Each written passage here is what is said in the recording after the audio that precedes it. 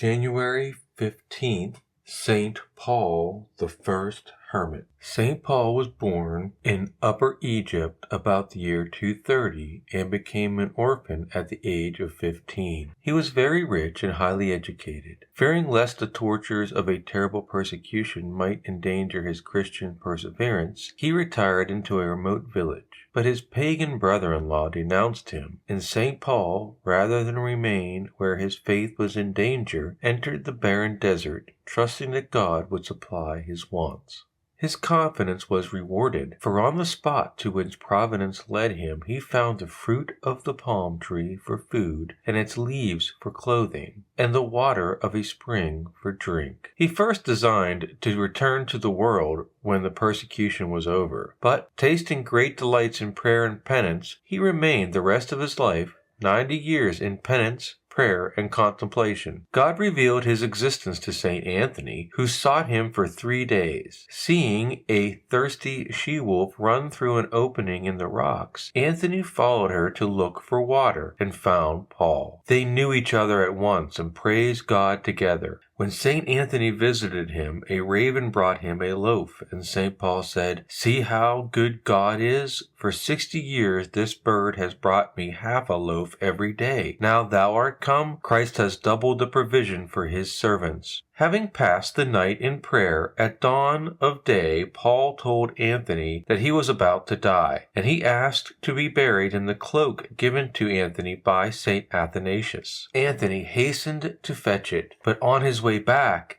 saw Paul rising to heaven in glory. He journeyed on and found Paul's dead body kneeling as if in prayer. While Anthony stood perplexed on how to dig a grave, 2 lions came up quietly as if they were mourning, and tearing up the ground made a hole large enough. Anthony then buried the body, singing psalms according to the rite then usual in the church. He always kept as a great treasure and wore himself on great festivals the garment of St. Paul, of palm tree leaves patched together. St. Paul died in the year 342, the 113th of his age, and the 90th of his solitude. St. Paul usually called the first hermit to distinguish him from the others of that name.